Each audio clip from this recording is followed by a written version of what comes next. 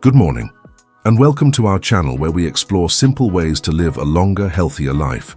Today we are going to journey to a special place in Japan called Okinawa, famous for having some of the longest living people in the entire world. We will investigate their diet to uncover a surprising secret about a very common food, one that many of us eat every day thinking it is the peak of health. This particular food is almost completely absent from the traditional Okinawan way of eating, and understanding why can teach us a great deal about our own health. But before we dive into this fascinating topic, I have a simple question for you to think about this morning.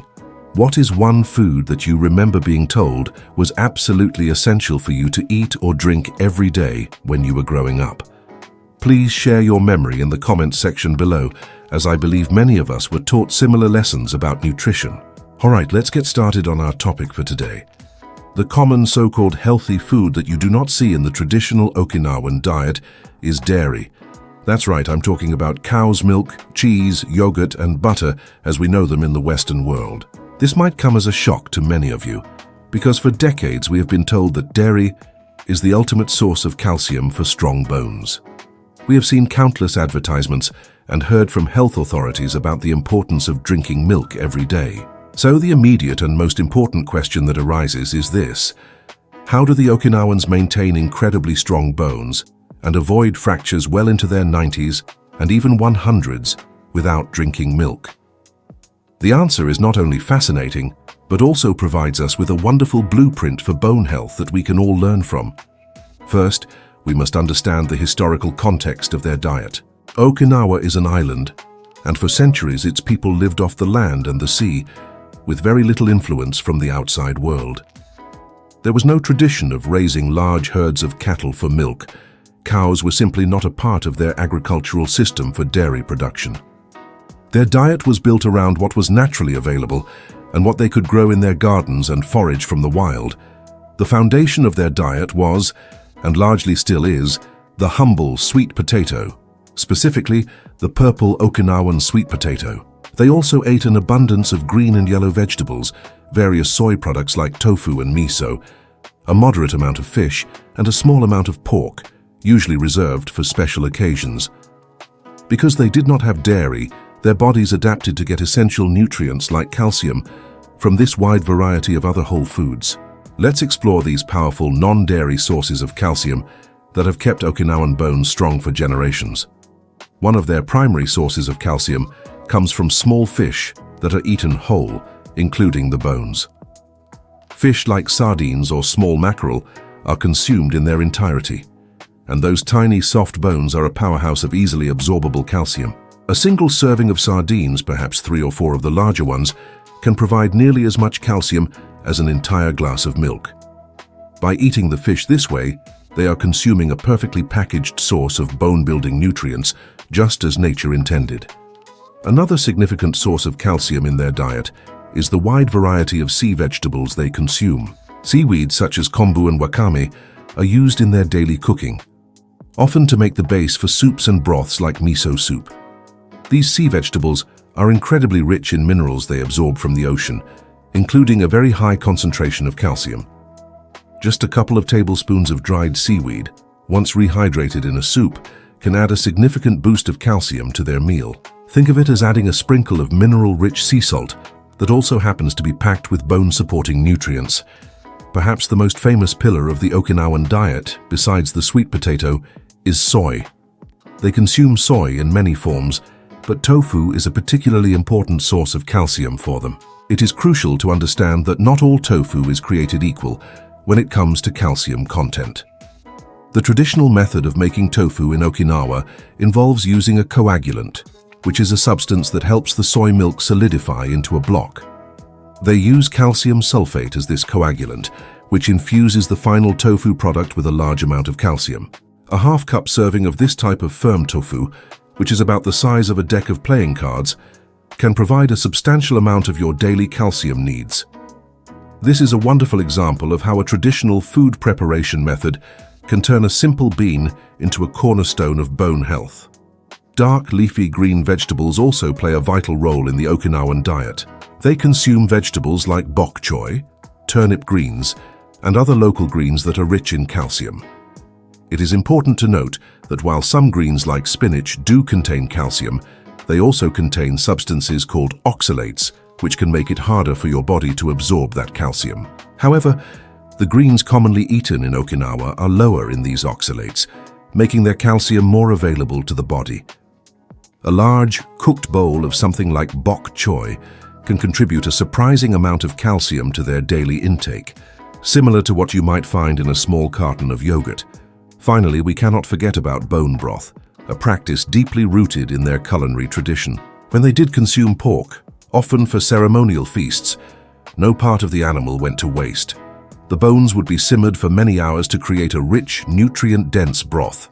This slow cooking process leaches minerals from the bones directly into the broth, including calcium, magnesium, and collagen. And sipping on this broth was a traditional way to extract every last bit of nourishment from their food, providing a warm and comforting source of bone-building minerals. But the Okinawan secret to strong bones goes far beyond just consuming calcium.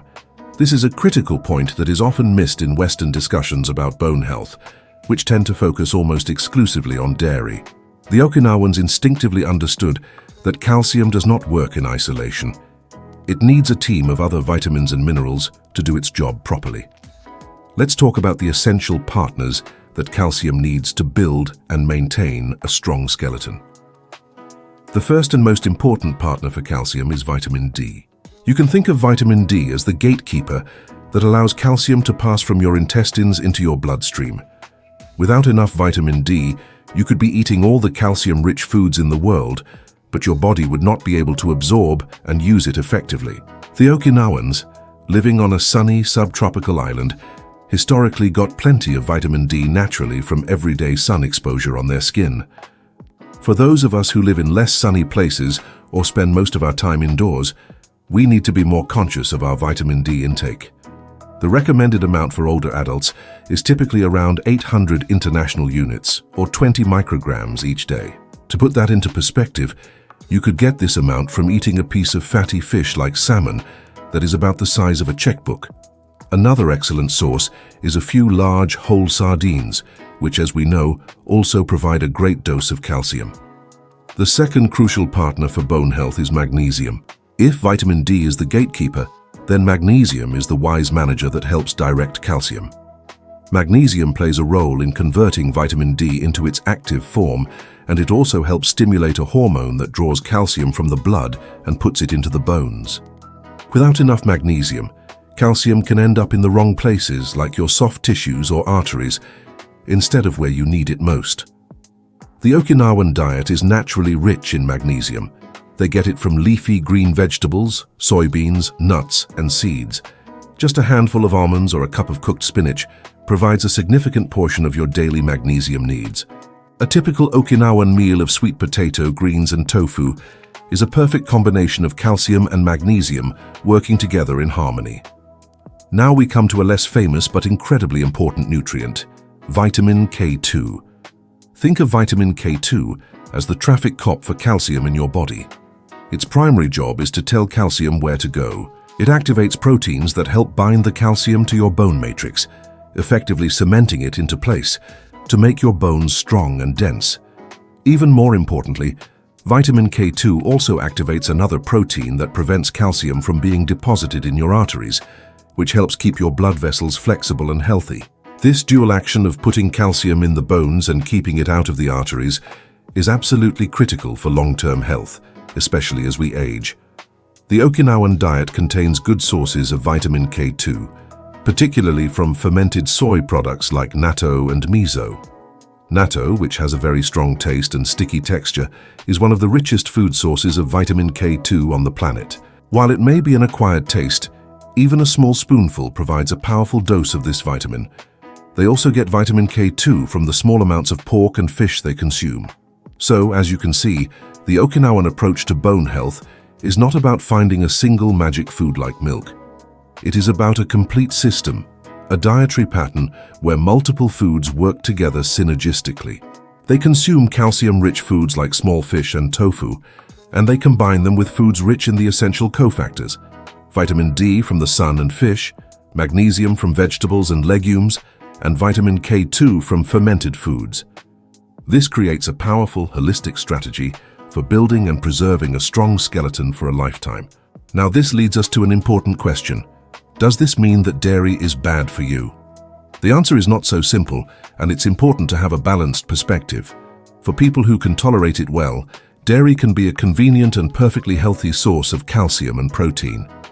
Many people of Northern European descent have a genetic adaptation that allows them to digest lactose, the sugar in milk, throughout their adult lives.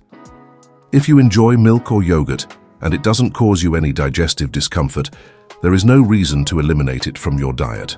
However, it is a fact that a large portion of the world's population, including many people of Asian and African descent, are lactose intolerant. This means their bodies do not produce enough of the enzyme needed to break down lactose, which can lead to bloating, gas, and discomfort after consuming dairy. For these individuals, a dairy-heavy diet is not a healthy choice, and the Okinawan model provides a wonderful alternative. Furthermore, it is worth considering the idea of dietary diversity. By relying solely on dairy for our calcium, we might be missing out on the wide array of other beneficial nutrients found in the foods the Okinawans eat. Seaweed is not just a source of calcium. It is also rich in iodine, which is crucial for thyroid health. Sardines are not just full of calcium and vitamin D. They are also packed with anti-inflammatory omega-3 fatty acids, which are excellent for brain and heart health. Tofu and leafy greens provide fiber, antioxidants, and a host of other vitamins and minerals that contribute to overall vitality. So, the Okinawan lesson is not necessarily to avoid dairy at all costs. Rather, it is a powerful reminder that there are many paths to achieving excellent health and strong bones. It encourages us to broaden our horizons and not put all of our nutritional eggs in one basket. Let's try to paint a picture of what a bone-healthy day of eating might look like, inspired by Okinawan principles. For breakfast, instead of milk and cereal, one might have a warm bowl of miso soup. This soup is made with a kombu seaweed broth, providing minerals, and contains cubes of calcium-set tofu and perhaps some leafy greens. This is a savory, warming, and hydrating way to start the day, packed with bone-supporting nutrients. For lunch, one could have a meal centered around a baked sweet potato, which is rich in vitamins and fiber. Alongside it, a small portion of grilled fish like mackerel or a few sardines would provide calcium, vitamin D, and healthy fats. A side of steamed bok choy or another green vegetable would add even more calcium and magnesium to the meal. For dinner, a simple stir-fry could be made with a variety of colorful vegetables, more tofu, and perhaps a small amount of pork for flavor. This would be served with a small portion of rice or more sweet potato. Throughout the day, they would be sipping on green tea, which is full of antioxidants and has also been linked to better bone density. What you'll notice about this way of eating is that it is based on simple, whole, and unprocessed foods. There are no sugary yogurts, no highly processed cheeses, and no reliance on a single food group for a key nutrient. Every part of the meal contributes something valuable, creating a diet that is much greater than the sum of its parts. This dietary pattern not only builds strong bones, but also supports a healthy heart, a sharp mind, and a lean body. It is low in calories but incredibly high in nutrient density, which is the true secret to the Okinawans' remarkable health and longevity. In summary, the surprising absence of dairy in the traditional Okinawan diet teaches us a profound lesson. It shows us that the foundation of lifelong bone health is not found in a single food or nutrient, but in a holistic dietary pattern rich in a variety of whole foods. They have shown us that we can get abundant calcium from the sea in the form of small fish and seaweed, and from the land in the form of leafy greens and properly prepared tofu. More importantly, they demonstrate the critical importance of the helper nutrients, vitamin D, magnesium, and vitamin K2, that ensure calcium gets to where it needs to go. So, the next time you hear that you must drink milk for your bones, you can remember the people of Okinawa and their powerful plant-centric approach. You can feel confident in knowing that there are many delicious and effective ways to nourish your skeleton. You can build a diet rich in a rainbow of vegetables, healthy fats from fish, and high-quality plant proteins, creating a resilient body that can carry you through a long and active life. I hope this has given you a new perspective on bone health and a bit of inspiration to perhaps try incorporating some of these Okinawan principles into your own life. Thank you so much for joining me today. If you found this information helpful, please consider subscribing to the channel so you don't miss our future videos on living a long and healthy life. Please remember, the information shared in this video is for educational purposes only. It is based on extensive research and experience in nutrition. I am not a medical doctor, and you should always consult with your own healthcare provider before making any significant changes to your diet or lifestyle.